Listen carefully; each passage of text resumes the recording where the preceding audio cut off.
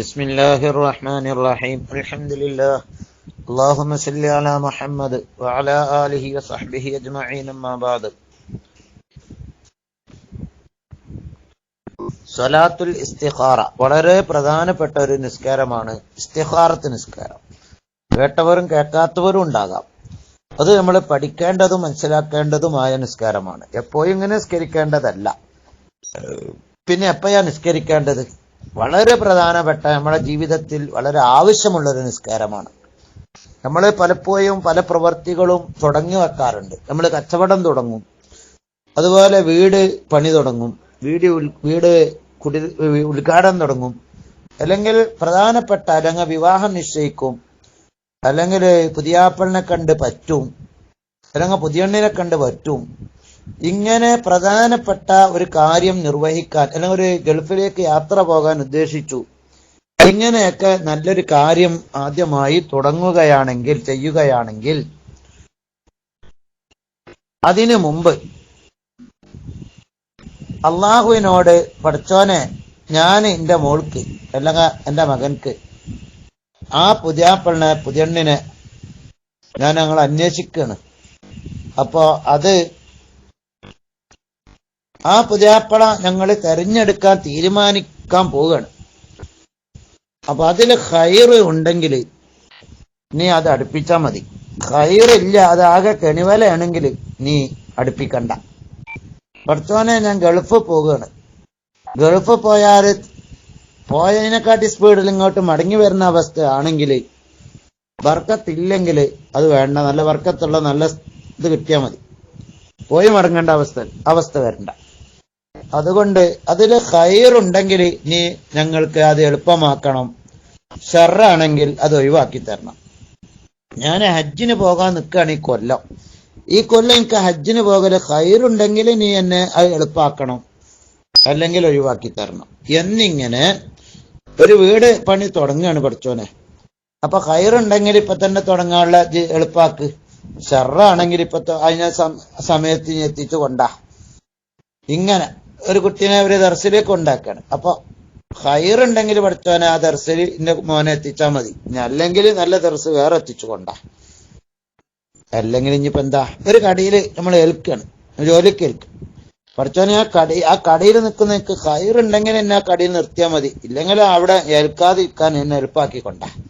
ഒരു കച്ചവടം തുടങ്ങാണ്. എനിക്കത് ഖൈറുണ്ടെങ്കിൽ ആ കച്ചവടം തുടങ്ങിയാൽ മതി.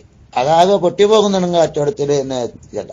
ഒരു ബിസിനസ്സിൽ പൈസ ഇടാം, ഹലാലായ ബിസിനസ് ആവണം.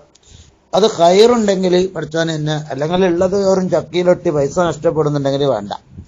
ഇങ്ങനെ ഒരു കാര്യം തുടങ്ങുന്നതിന് മുമ്പ് ഒരു യാത്ര ചെയ്യാണ്. ഇന്നിപ്പോ ഒരു യാത്ര പോവുകയാണ്. ആ യാത്ര ഖൈറുണ്ടെങ്കിൽ യാത്ര കൊണ്ടുപോയാൽ മതി പഠിച്ചോനെ, അല്ലെങ്കിൽ ആ യാത്ര നിന്ന് പിന്തിരിപ്പിച്ച് ഇപ്പൊ തന്നെ മാറ്റിക്കള് എന്നിങ്ങനെ ഒരു നല്ല കാര്യം തുടങ്ങുന്നതിന് മുമ്പ് എല്ലാം അറിയുന്ന നമുക്ക് പഠിച്ച റബ്ബുണ്ട്. നമുക്ക് ആ റബ്ബുൽ ആലമീനായ അള്ളാഹുവിനോട് നമ്മൾ ഖൈറ് ചോദിച്ചുകൊണ്ട് ആദ്യം 2 റക്അത്ത് നിസ്കരിച്ചിട്ട് ചോദിക്കുക, ദുആ ചെയ്യുക.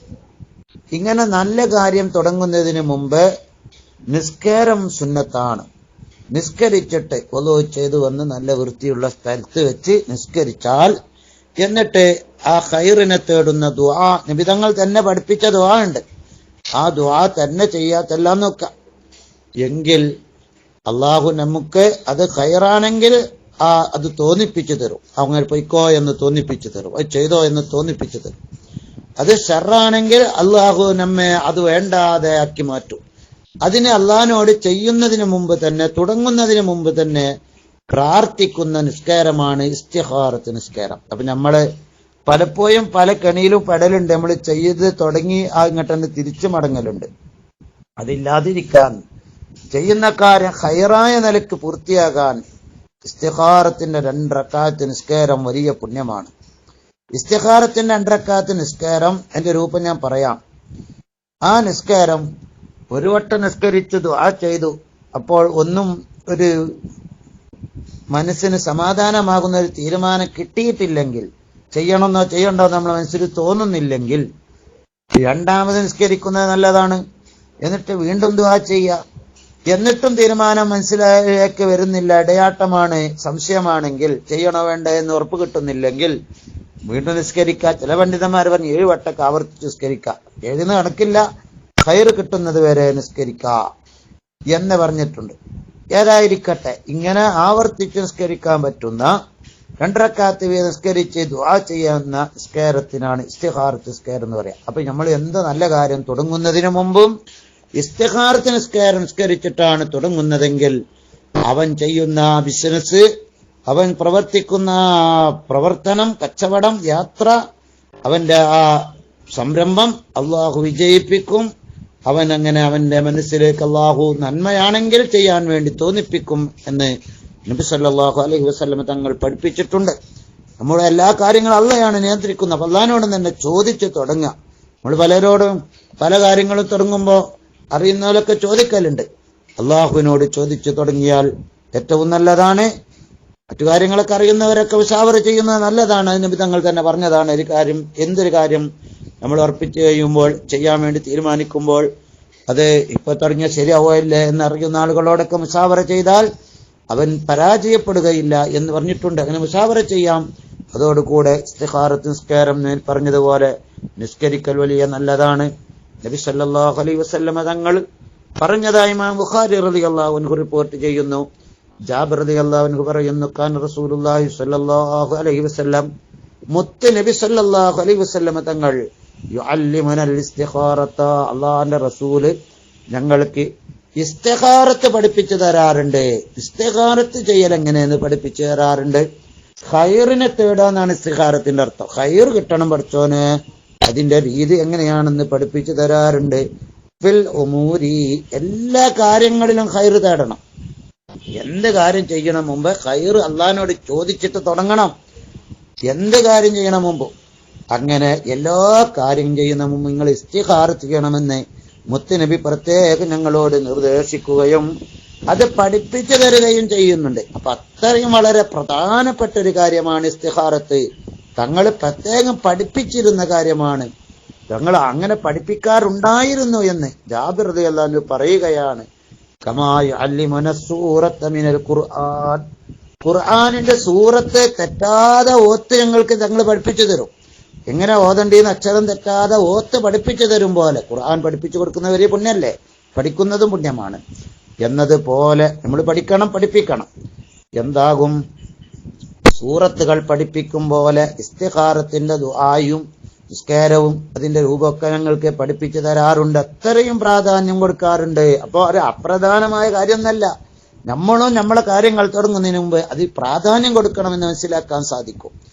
എന്നിട്ട് പറയാണ്, യഖൂലു, നബി തങ്ങൾ ഞങ്ങളോട് പറയും, ഇദാ ഹമ്മ അഹദുക്കും ബിൽ അംർ, നിങ്ങളിൽ ഒരു കാര്യം കരുതിയാൽ, ഒരു കാര്യം നമ്മൾ തുടങ്ങുകയാണെങ്കിൽ, ബിസിനസ് തുടങ്ങുകയാണെങ്കിൽ, അല്ലെങ്കിൽ ഒരു യാത്ര പോവുകയാണെങ്കിൽ, അല്ലെങ്കിൽ ഒരു സംരംഭം തുടങ്ങുകയാണെങ്കിൽ, എന്ത് കാര്യവും തുടങ്ങുന്നതിന് മുമ്പ് 2 റക്അത്ത് നിസ്കരിക്കണം. മിൻ ഗൈരിൽ ഫരീള, ഫർളല്ലാത്ത 2 റക്അത്ത് നിസ്കരിക്കണം. അത് ഫർള് നിസ്കാരമല്ല, സ്പെഷ്യലായിട്ട് തന്നെ നിസ്കരിക്കണം. അപ്പൊ 2 റക്അത്ത് നിസ്കരിക്കുക എന്നതാണ് ഇസ്തിഖാറത്ത്. എത്ര റക്അത്ത് എന്ന് മനസ്സിലാക്കാം, 2 റക്അത്ത്.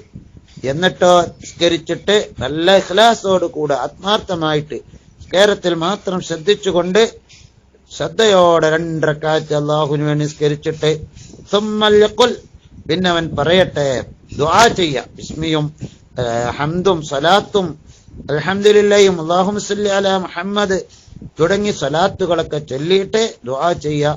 നിസ്കാര ശേഷം എന്താണ് ദുആ? അല്ലാഹുമ്മ ഇന്നി അസ്തഖീറുക ബിഇൽമിക വഅസ്തഖ്ദിറുക ബിഖുദ്റതിക വഅസ്അലുക മിൻ ഫദ്ലികൽ അലീം فإنك تقدر ولا أقدر وتعلم ولا أعلم وأنت علام الغيوب اللهم إن كنت تعلم أن هذا الأمر خير لي في ديني ومعاشي وعاقبة أمري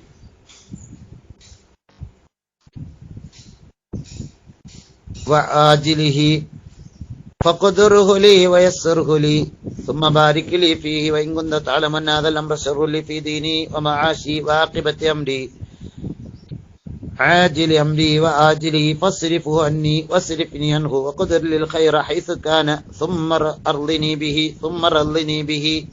ഇങ്ങനെയുള്ള ദുആ ഇതില് ചില റിപ്പോർട്ടിൽ ചില ചെറിയ മാറ്റങ്ങളുണ്ട്. ഏതായിരിക്കട്ടെ, ഇതാണ് ദുആ. ഇതിന്റെ അർത്ഥം പഠിക്കേണ്ടതാണ്. ചുരുക്കി പറയാം, അല്ലാഹുമ്മ അസ്തഖീറുക, അല്ലാഹു എന്നോട് ഞാൻ ഖൈർ തേടുന്നു, ബിഇൽമിക നിന്റെ വിജ്ഞാനം കൊണ്ട് നിന്നോട് ഞാൻ ഈ കാര്യത്തിൽ ഖൈർ തേടുന്നു പടച്ചോനെ. വസ്തഖ്ദിറുക ബിഖുദ്റതിക, നിന്റെ ഖുദ്റത്ത് കൊണ്ട് ഞാൻ ഖുദ്റത്ത് ചോദിക്കുന്നു, കഴിവ് ചോദിക്കുന്നു എനിക്ക് കാര്യങ്ങളൊക്കെ പൂർത്തിയാക്കാൻ. വസലുക മിൻ ഫദ്ലിക അലൈഹി, നിന്റെ മഹത്തായ ഫദ്ലിൽ നിന്ന് ഞാൻ ചോദിക്കുന്നു. ഫഇന്നക തഖ്ദിറു വലാ ഖദ്റു, നീയാണ് എല്ലാ കഴിവുള്ളവൻ, ഞാൻ കഴിവില്ല. തഅലമു വലാ അഅലമു, നീ എല്ലാം അറിയുന്നവനാണ്, ഞാൻ അറിയുകയില്ല. വഅന്ത അല്ലാമുൽ ഗുയൂബ്, അദൃശ്യങ്ങളൊക്കെ അറിയുന്നവൻ നീയാണ്. അല്ലാഹുമ്മ ഇൻ കുന്ത തഅലമു, അല്ലാഹുവേ നീ അറിയുന്നുണ്ടെങ്കിൽ, അന്ന ഹാദൽ അംറ, ഈ കാര്യം, വേണമെങ്കിൽ നമ്മൾ ചെയ്യാൻ പോകുന്ന കാര്യത്തിന്റെ പേര് പറയൽ നല്ലതാണ്. ഈ കാര്യം ഖൈറുല്ലി, എനിക്ക് ഖൈറാണെങ്കിൽ, ഞാൻ ഇന്ന സ്ഥലത്തേക്ക് ഗൾഫിക്ക് പോകൽ എനിക്ക് ഖൈറാണെങ്കിൽ, ഈ ബിസിനസ്സിൽ കൂടുതൽ എനിക്ക് ഖൈറാണെങ്കിൽ, ഈ ദീനി എന്റെ ദീനിൽ ഖൈറാണെങ്കിൽ, മആശി എന്റെ ജീവിതത്തിലും, ആഖിബത്തി അംരി എന്റെ കാര്യത്തിന്റെ അന്ത്യത്തിലും, ഫീ ആജിലി അംരി എന്റെ കാര്യത്തിന്റെ വേഗതയിലും ഇപ്പോഴും, ആജിലി പിന്നീടും ഒക്കെ ഖൈറാണെങ്കിൽ, ഫഖ്ദുർഹുലി അതിനെ നീ എളുപ്പമാക്കണേ, വയസ്സുർഹുലി എളുപ്പമാക്കണേ, കഴിവ് നൽകണേ. സുമ്മ ബാരിക്ലി ഫീഹി, പിന്നെ എനിക്ക് ബർക്കത്ത് നൽകണേ.